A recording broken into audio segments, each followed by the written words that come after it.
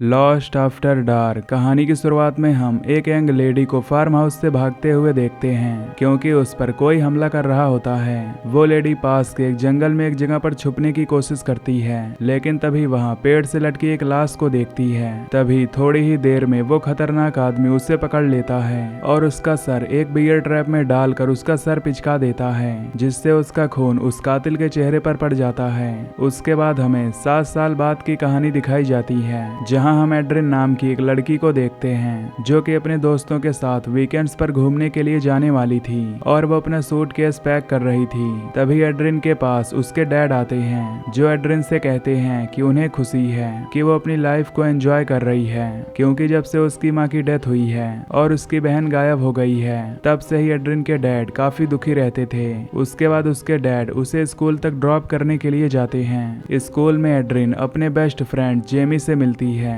और उसे अपने क्रश सॉन के बारे में बताती है। दूसरी तरफ 3 और स्टूडेंट्स वेस्ली, टोबे और सॉन को दिखाया जाता है जो एक स्कूल बस का गेट तोड़कर उसे चालू करने की कोशिश कर रहे होते हैं। फिर हम स्कूल के वाइस प्रिंसिपल मिस्टर कैनिंगम को देखते हैं जो कि एक लड़की मैरलिन को छोटे कपड़े पहनकर आने के लिए स्कूल से बाहर ले जा रहा होता है। वहीं वेस्ली, रॉब और सॉन बस को स्टार्ट कर लेते हैं और फिर एड्रिन, जेमी, हेदर और उसके बॉयफ्रेंड जॉनी को उठाने के बाद मैरलिन को लेकर वो चल पड़ते हैं ताकि वो अपने डेस्टिनेशन पर एंजॉय करने के लिए जा सकें। दरअसल एड्रिन ने अपने डैड को नहीं बताया था कि वो ट्रिप पर जा रही है, जिस वजह से एड्रिन काफी डरी हुई थी क्योंकि उसने आज तक ऐसा कभी नहीं किया था। इन सबको स्कूल बस में बैठकर स्कूल से बाहर जाते हुए मिस्टर कैनिंगम देख लेता है। इसके बाद ये सभी लोग बस में पार्टी मनाने लगते हैं और जब ये अपनी डेस्टिनेशन की तरफ बढ़ते हुए शहर से बाहर निकलते हैं तो तभी इनकी बस का फ्यूल खत्म हो जाता है और जब बाकी के लोग बात कर रहे होते हैं कि उन्हें अब क्या करना चाहिए, तब एड्रिन, मैरलिन और जेमी झाड़ियों में जाकर कपड़े चेंज करने लगती हैं। तभी हम देख पाते हैं कि उन पर कोई नजर बनाए हुए है और कोई स्ट्रेंजर उन्हें कपड़े चेंज करते हुए देख रहा है। यहाँ जॉनी रॉब से फ्यूल लाने के लिए बोलता है और बाकी सब लोग वहीं रुकते हैं उनका इंतजार करने के लिए, लेकिन रॉब उससे कहता है कि उसे बहुत डर लग रहा है, इसीलिए वो फ्यूल लेने के लिए अकेला नहीं जाएगा।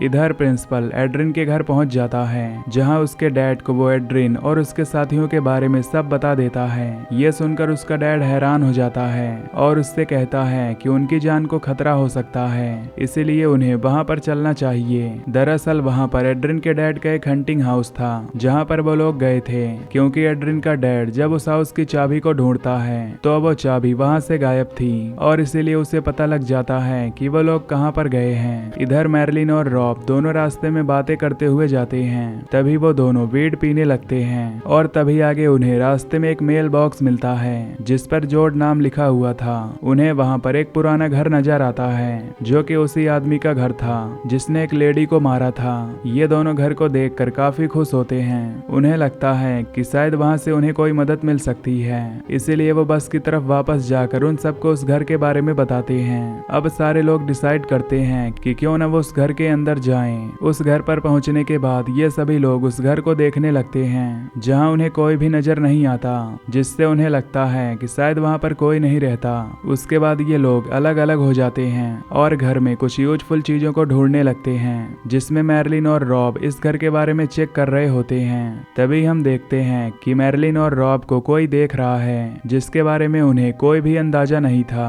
इधर दूसरी तरफ सॉन एड्रिन को अकेले में ले जाकर उसे प्रपोज कर देता है, जहां एड्रिन उससे कहती है कि वो भी उसे बहुत ज्यादा प्यार करती है। और जब ये दोनों किस करने लगते हैं तभी इन्हें बेसमेंट से कुछ आवाज आती है। ये दोनों उस आवाज के पीछे जाकर चेक करते हैं तो उन्हें वहां पर कोई भी नहीं मिलता, लेकिन असल में वहां कोई होता है जो कि इन्हें अंधेरे में दिखाई ही नहीं देता।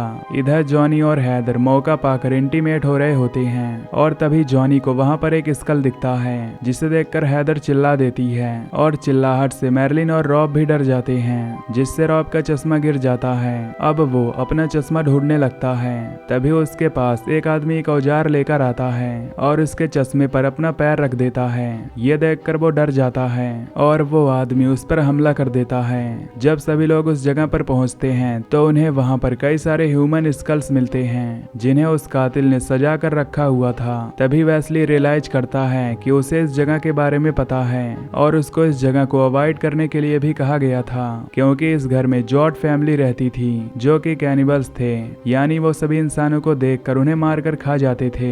तभी एड्रिन को वहां पर अपनी सिस्टर का एक पेंडेंट मिलता है और ये देखकर वो समझ जाती है कि शायद उसकी सिस्टर यहीं पर आई होगी और वो खो गई थी। तभी सभी लोग नोटिस करते हैं कि रॉब वहां से मिसिंग है और फिर सब साथ में उसे ढूंढने लगते हैं। तभी बॉन में जाने पर उन्हें वहां पर रॉब नजर आता है, जिसे उस कातिल ने फेंसिंग से लटका रखा था। रॉब को ऐसा देखकर एड्रिन उसके पास दौड़कर जाती है और जॉनी और सॉन उसे रोकने की कोशिश करते हैं, लेकिन तभी वो किलर वहां आकर एड्रिन के पेट में अपना औजार घुसा देता है, जिससे एड्रिन की वहीं पर मौत हो जाती है। ये देखकर वो ग्रुप बहुत ज्यादा डर जाता है और वो तुरंत वहां से भागने लगते हैं और ये अपने लिए सेफ जगह ढूंढने लगते हैं ताकि इनकी जान बच सके। उसके बाद ये सभी फार्म हाउस में जाकर खुद को सेफ रखने की कोशिश करते हैं। इधर किलर एड्रिन की बॉडी अपने साथ ले जाता है और उसे काट कर वो वहीं पर खाने लगता है।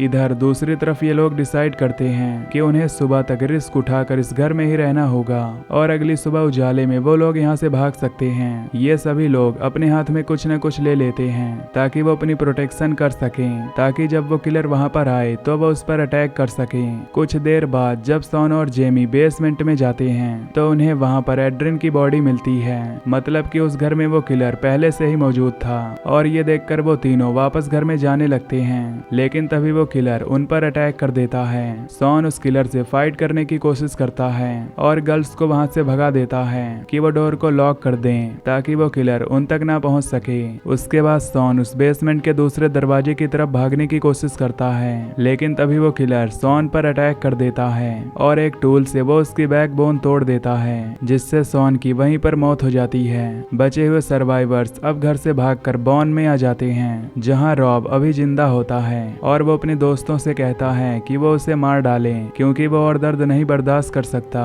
तभी वहां पर वो किलर आ जाता है, जिससे अब ये पूरा ग्रुप फैल जाता है। तभी भागते हुए जेमी का पैर एक बियर ट्रैप में फंस जाता है, जिससे वो किलर जेमी की ओर बढ़ने लगता है। जेमी को बहुत दर्द हो रहा होता है और वो चिल्ला रही होती है, लेकिन वो किसी तरह अपने आप को बियर ट्रैप से छुड़ाकर जंगल की ओर भागने लगती है। उसके बाद हम वेस्ली और मैरलिन को उसी हाउस में पाते हैं और जब वो विंडोज और दरवाजे बंद कर रहे होते हैं तो किलर वहां पर आ जाता है, जो कि खिड़की तोड़कर वेस्ली को अपने साथ ले जाता है और उसकी आंख में वो कांच घुसा देता है और वेस्ली को जान से मार डालता है। ये देखकर मैरलिन काफी डर जाती है और अपनी जान बचाने के लिए वो वहां से भाग निकलती है। फिर हम जॉनी और हैदर को बॉन में देखते हैं, जो कि अपने छुपने की जगह ढूंढ रहे होते हैं। तभी उनकी नजर रॉब पर पड़ती है, जो कि दर्द के कारण अब मर चुका था, जिससे इन लोगों को काफी ज्यादा बुरा लगता है क्योंकि ये लोग अपने दोस्त की जान नहीं बचा पाए थे। तभी बॉन में इन्हें एक पुरानी कार मिलती है, जिसके अंदर जाकर ये दोनों छुप जाते हैं और अंदर जाने के बाद हैदर बहुत ज्यादा अपसेट हो जाती है और कुछ समय बाद ही वो किलर वहां पर पहुंच जाता है।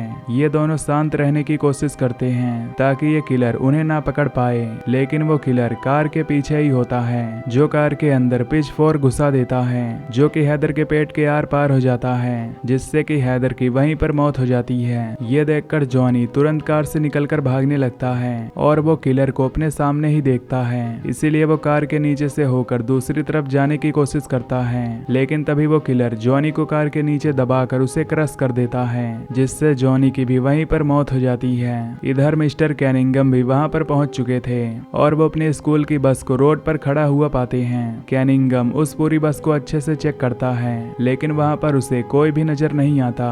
लेकिन तभी उसे बस के बाहर एक स्टूडेंट के पैरों के निशान दिखते हैं, जो कि उस फार्म हाउस की तरफ ही जा रहे थे, जिससे वो समझ जाता है कि जरूर वो सभी फार्म हाउस में गए होंगे। इधर अब सिर्फ 2 लोग बचे हुए थे, मैरलिन और जेमी, और ये एक दूसरे से मिलकर काफी खुश हो जाते हैं। लेकिन कुछ समय बाद वो किलर उन्हें ढूंढ लेता है और मैरलिन के हेड को एक पेड़ से ठोककर उसे मार डालता है। जेमी ये देखकर डर जाती है और तुरंत फार्म हाउस की तरफ भागती है, जहां पर उसे मिस्टर कैनिंगम दिखता है। जेमी उसे कहती है कि यहाँ पर एक किलर है जिसने उसके सारे दोस्तों को मार डाला है और उन्हें यहाँ से तुरंत चलना चाहिए। जेमी उसे समझाने की काफी कोशिश करती है, लेकिन कैनिंगम समझने को तैयार नहीं था। तभी वहाँ पर वो किलर आ जाता है और कैनिंगम जेमी को घर के अंदर जाने के लिए बोलकर उस किलर से लड़ने के लिए बाहर रुक जाता है। कैनिंगम उससे कहता है कि उसने उसके जैसे बहुत लोगों को मारा है और वो उसे भी मार डालेगा, इसीलिए वो इन बच्चों को परेशान करना बंद करे और यहाँ से चला जाए। घर के अंदर मौजूद जेमी जेमी उन दोनों के लड़ने की आवाज सुन रही होती है और कुछ ही देर बाद दरवाजा खुलता है और जेमी अपने सामने उस किलर को पाती है जो कैनिंगम का कटा हुआ सर उसकी तरफ फेंक देता है, जिसे देखकर जेमी बहुत ज्यादा डर जाती है।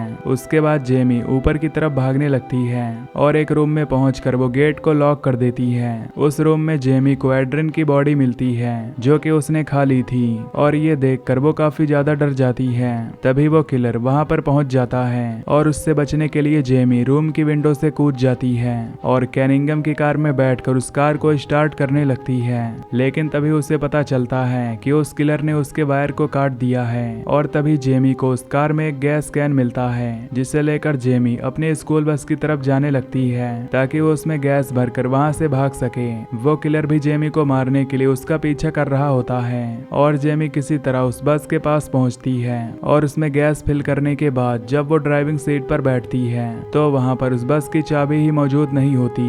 उसी समय वो किलर बस में चढ़कर जेमी पर अटैक करने लगता है और तभी वहां एड्रियन का डैड अपनी कार से आ जाता है जो कि स्कूल बस को देखकर रुक जाता है। किलर जब उसे देखता है तो उसका ध्यान भटक जाता है और फिर जेमी उस किलर को धक्का देकर उसे बाहर फेंक देती है। जेमी तुरंत एड्रियन के डैड के पास जाती है और उससे कहती है कि वो उसे शूट करे और उसकी बात मानकर एड्रियन का डैड उसके पैर पर गोली चलाता है जिससे वो किलर नीचे गिर जाता है। उसके बाद वो पुलिस को कॉल करता है और कुछ देर बाद वहां पर पुलिस भी आ जाती है जहां एड्रियन के डैड रो रहे होते हैं क्योंकि उसने अपनी इकलौती बेटी को खो दिया था, क्योंकि उसके अलावा उसकी दुनिया में कोई भी नहीं था। तभी शेरिफ वहां पर आता है और उस किलर को देखकर वो उन्हें बताता है कि ये जॉर्ज फैमिली का मेंबर था जो सालों से इस घर में रह रहा था। उन्होंने सालों पहले इस एरिया को टेरराइज करके रखा हुआ था और उन्होंने किसी को भी नहीं बख्शा था, भले ही कोई बच्चा हो या फिर कोई बूढ़ा, जो भी उन्हें मिलता वो उसे मार कर खा लिया करते थे।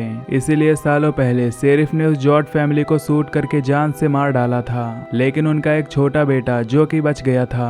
फिर पुलिस उस किलर की बॉडी और जेमी को अलग अलग गाड़ियों से हॉस्पिटल भेज देती है। उसके बाद सुबह हो जाती है और जेमी को एम्बुलेंस से ले जाया जा रहा होता है। तभी उसे वहां पर एक गाड़ी दिखती है जिसमें उस किलर की बॉडी को लेकर जाया जा रहा था और तभी उस गाड़ी का एक्सीडेंट हो जाता है और उसके ड्राइवर की मौत हो जाती है, जिससे जेमी समझ जाती है कि वो किलर अब भी जिंदा है। ये देखकर जेमी जोर से चिल्लाती है और इसी के साथ ये मूवी यहीं पर खत्म हो जाती है। तो दोस्तों, अगर आपको ये एक्सप्लेनेशन पसंद आई हो तो वीडियो को लाइक और चैनल को सब्सक्राइब कर लीजिए। Till then take care, love you, bye bye.